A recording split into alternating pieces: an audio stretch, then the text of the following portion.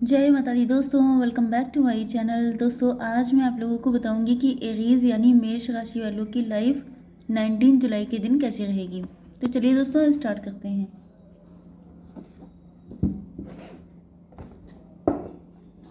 Universe please मुझे बताइए कि एरीज की फैमिली लाइफ 19 जुलाई के दिन कैसी रहने वाली है। एरीज की love life and marital life कैसी रहने वाली है 19 जुलाई के दिन।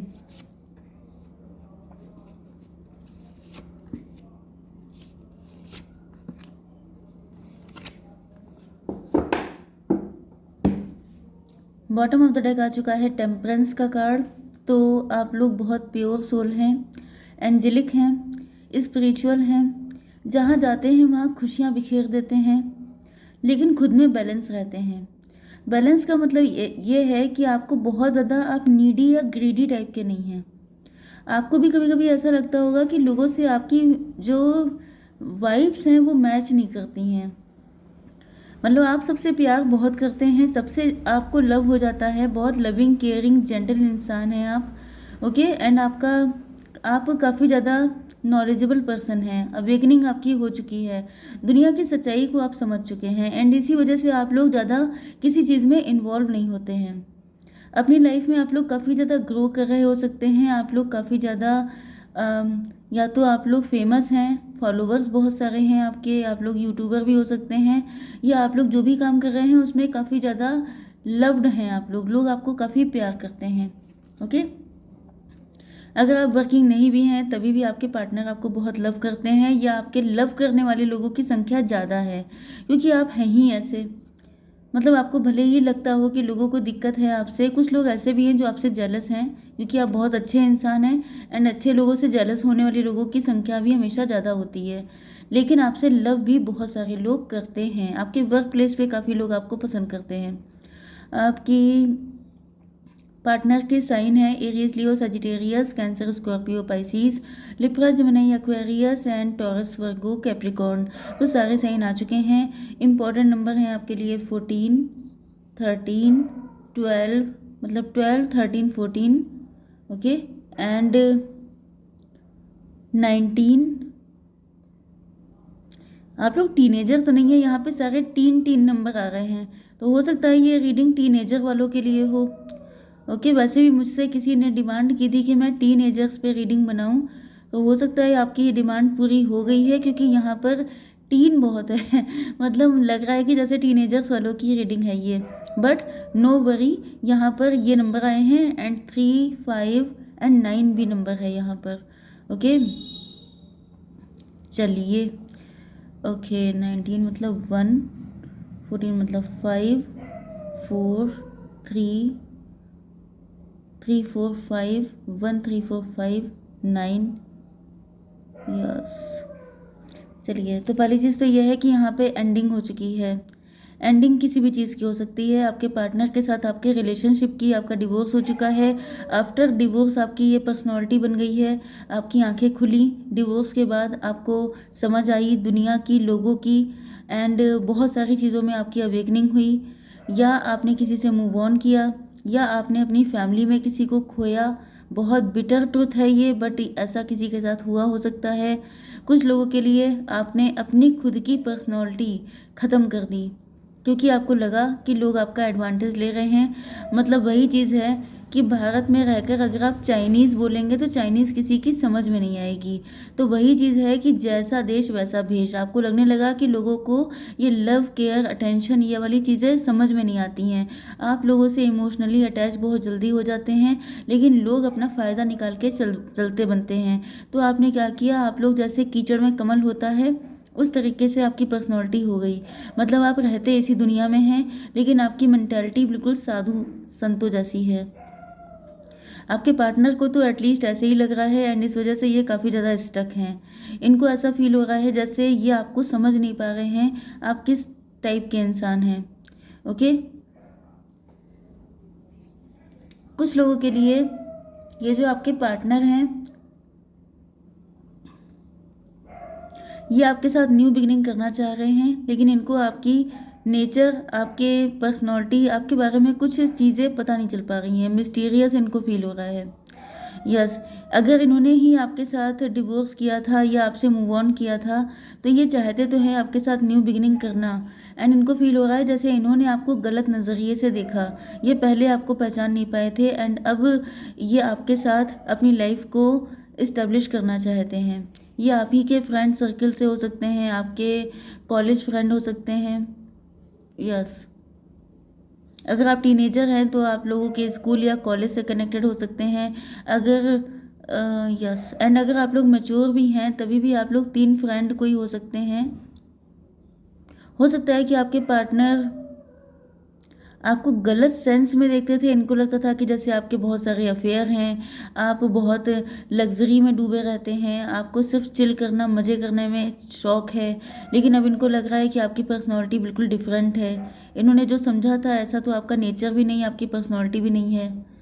यस, आपकी love life and marital life के लिए यहाँ पे दिख रहा है कि आपने जब भी किसी से भी मूव ऑन किया हो, चाहे इनसे या किसी से भी, उसके बाद आपने सेल्फ लव किया है, क्योंकि वहाँ पर आपने, पक्की बात है कि अपनी सेल्फ रिस्पेक्ट को आपने ज़मीन पे ले आए थे।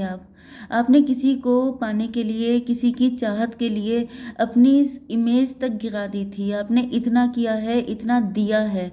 ओके, मतलब ओवर गिविंग आपकी एनर्जी रही है। एंड मतलब ये जो कंडीशन होती है, ये जनरली मतलब इंसान की अवेकनिंग तभी होती है जब वो एक्सट्रीम से गुजरा होता है। मतलब ये कि जब आप किसी के लिए इतना करते हैं कि बिल्कुल, मतलब सेल्फ रिस्पेक्ट देखिए सबकी होती है, ओके, लेकिन कभी कभी इंसान प्यार में इतना ज़्यादा डूब जाता है, अंधा हो जाता है कि वो ये भूल जाता है कि वो दूसरे को इम्पोर्टेंस दे रहा है तो क्या उसकी कोई वैल्यू नहीं है, उसकी कोई इम्पोर्टेंस नहीं है। लेकिन यहाँ पर ऐसा हो जाता है, इसीलिए सबसे ज़्यादा टैरो रीडर्स आपको सेल्फ लव सिखाते हैं, क्योंकि आप लोग खुद को भूल करके दूसरे के लिए बिल्कुल मेहरबान हो जाते हैं, बिल्कुल उनको सर आँखों पे रख लेते हैं एंड वही आपका नुकसान कर देते हैं। तो ये चीज़ आपको समझ में आई होगी after this situation, okay. And आपके पार्टनर को दिख रहा है कि आप लोग अब काफ़ी ज़्यादा सेल्फ लव कर रहे हैं, जो भी कर रहे हैं उसमें आपको सक्सेस मिल रही है, आपकी पर्सनैलिटी काफ़ी ज़्यादा बदल चुकी है, आप पहले से जस्ट अपोजिट हो चुके हैं। यस, पहले जैसे आप बहुत इमोशनल थे, बहुत ओबीडियंट थे, बहुत ज़्यादा yes yes ma'am, yes ma'am, इस टाइप की आपकी पर्सनालिटी थी। लेकिन अब आपकी हो गई है कि जो मुझे पसंद है वो मैं करूँगी। ओके, आपका जो भी जेंडर हो, ओके, आप अपनी मर्ज़ी के मालिक हो चुके हैं, आप किसी के अंडर प्रेशर नहीं रहते हैं। हो सकता है कि आप जो भी जॉब कर रहे हो, बिजनेस कर रहे हो, उसमें भी आप खुद के मतलब बॉस हो सकते हैं, आपका खुद का बिजनेस हो सकता है। एंड आप लोग अपने मन की ज़िंदगी जी रहे हैं। मतलब कुल मिलाकर आप लोग पहले से ज़्यादा खुश हो गए हैं। पहले आप दबे रहते थे, बहुत ज़्यादा बेचारे बने रहते थे, बहुत ज़्यादा वल्नरेबल रहते थे, लेकिन अब आपकी पर्सनालिटी काफ़ी सॉलिड हो चुकी है। एंड आपके पार्टनर की समझ में नहीं आ रहा है कि अब आपको डील कैसे किया जाए, क्योंकि इन्होंने आपके सब कलर देख चुके हैं। ये पहले आप जस्ट डिफरेंट थे, अब आप जस्ट डिफरेंट हैं, तो इनको समझ में नहीं आ रहा है कि इस इंसान को हैंडल कैसे किया जाए। तो इनकी लगी पड़ी है इस वक्त। इनको किसी ने मुझे मैसेज किया था कि मैडम, जो घंटा वर्ड आप बोलती हैं ये आपको सूट नहीं करता है।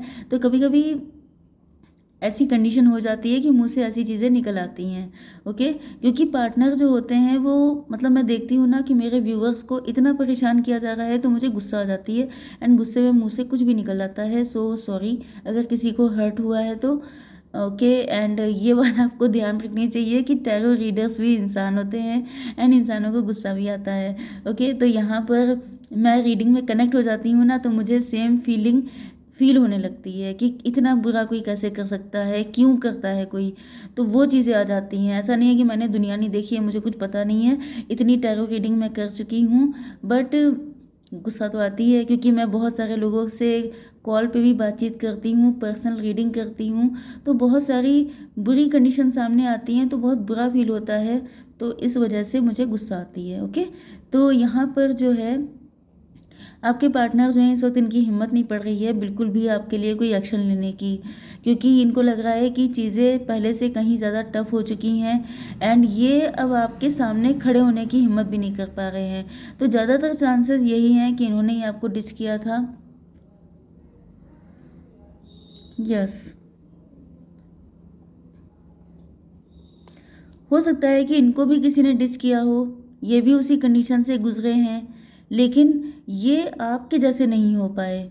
हो सकता है ये इस मतलब दिख रहा है कि ये इसी चीज़ को लेके काफ़ी ज़्यादा कंफ्यूज्ड हैं, क्योंकि यहाँ पे सेम सिचुएशन से 2 लोग गुजरे हैं एंड दोनों की कंडीशन अलग-अलग है। मतलब आपके साथ गलत हुआ तो मैंने कई बार आप लोगों को बताया है कि कुछ लोगों के ऊपर दिक्कतें आती हैं तो वो निखर जाते हैं एंड कुछ लोग बिखर जाते हैं। तो आपके पार्टनर बिखर चुके हैं एंड आप निखर चुके हैं, तो इनको यही फील हो रहा है कि ये क्यों नहीं ऐसे चेंज हो गए, इनके साथ ईश्वर ने इनको हेल्प क्यों नहीं किया। तो देखिए, ईश्वर हेल्प उन्हीं को करते हैं जो अपनी हेल्प खुद करते हैं, क्योंकि हर इंसान के अंदर ईश्वर का अंश है। तो आप खुद की हेल्प अगर नहीं करेंगे, अगर आप डरते रहेंगे, अगर आप कमज़ोर या बुज़दिल बने रहेंगे, तो ईश्वर आपकी हेल्प कैसे करेंगे। ये सारी दिक्कतें दी जाती हैं कि आप अपने पोटेंशियल को समझें, आप अपनी अपनी हिम्मत को पहचानें। तो आपने अपनी हिम्मत पहचानी, आप रिस्क टेकिंग हो गए एंड आपने सक्सेस पा ली। आपके पार्टनर ने रिस्क नहीं लिया, ये और बच-बच के चलने लगे, बहुत डरपोक हो गए, इनके अंदर डर आ गया और ज़्यादा, तो जिसकी वजह से इनकी कंडीशन इस वक्त भी काफ़ी ख़राब चल रही है। ओके, ये इस वक्त बिल्कुल भी खुश नहीं हैं, बहुत ज़्यादा स्ट्रगल कर रहे हैं अपनी लाइफ में एंड इनको फील हो रहा है कि इनको आपका साथ चाहिए अपनी लाइफ में ग्रो करने के लिए, सक्सेसफुल होने के लिए। ओके, लेकिन ये देख रहे हैं कि आप लोग तो बिल्कुल निर्लप हैं, आपको इनकी कुछ पड़ी नहीं है, तो ये चीज़ इनका कॉन्फिडेंस और लो कर रही है कि ये वापस आएँ तो कैसे आएँ। यस, अगर इन्होंने आपको चीट नहीं किया था, बिट्रे नहीं किया था, अगर ऐसी कोई कंडीशन है, तो इनको दिख रहा है कि आप ये सारी सिचुएशन से गुज़रने के बाद आपके अंदर मतलब आपकी लाइफ जस्ट डिफरेंट हो चुकी है। आप बहुत ज़्यादा पॉजिटिव हैं, मतलब कोई बुरी चीज़ आपको इफ़ेक्ट नहीं कर पाई। आपके ऊपर हो सकता है किसी ने ब्लैक मैजिक भी किया हो, बहुत नेगेटिविटी आपके ऊपर सेंड की हो, लेकिन उसके बाद भी आपका कुछ बिगड़ नहीं पाया। इसका रीज़न ये था कि आप लोग अवेकेंड हुए, आप लोगों ने स्पिरिचुअलिटी का साथ पकड़ा एंड अब आप लोग शाइन कर रहे हैं। ओके, तो आई होप सो कि रीडिंग आपको पसंद आई होगी। Please like share and subscribe. जय माता दी।